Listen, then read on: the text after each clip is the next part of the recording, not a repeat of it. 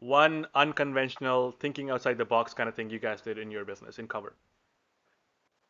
Unconventional thinking. Um, I mean, we launched an insurance app without knowing anything about insurance.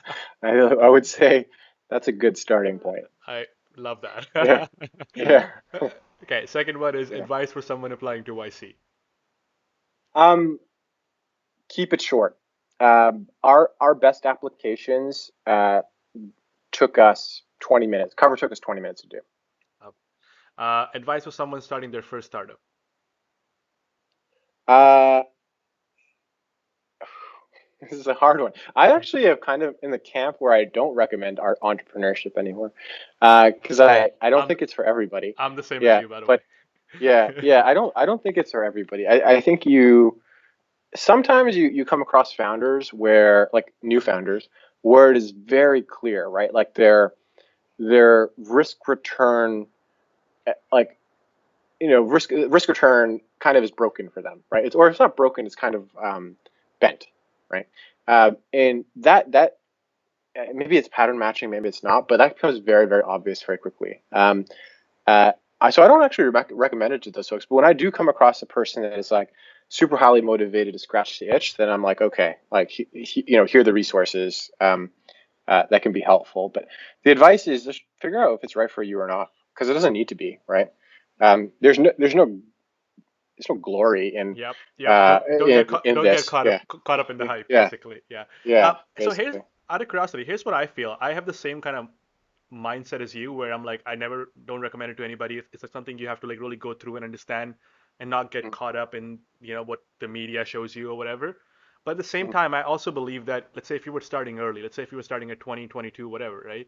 And you yeah. go through that crazy process of the startup world, even if you fail, like you're gonna, at least I think you're gonna learn so much that it makes you really stronger for the jobs or for moving on in your career. What do you think about that? I tend to agree with you. I do think that the folks that I found to be highest leverage have maybe a year or two of work experience to develop some polish before embarking on building a business. But obviously, that's not like it's not a hard and fast rule. You can come out of undergrad.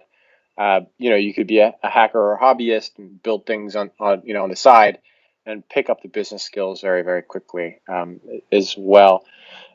So yeah, I mean, the younger you are, like, yeah, you don't have kids, you don't have a mortgage, you don't have white picket fence. Like, your lifestyle is still very conducive to sleeping on a mattress on the floor.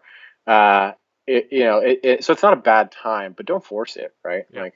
Like, if there's something you're genuinely interested in pursuing, or you think you've uncovered something that other folks have not, uh, then kind of go.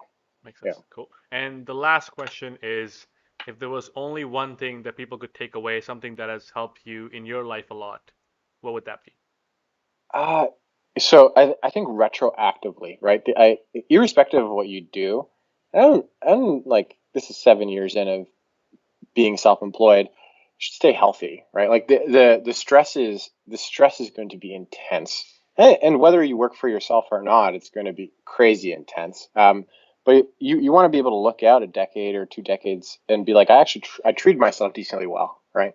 As well. So I think it's the most underrated thing. Go to the gym, drink water, don't smoke or drink too much.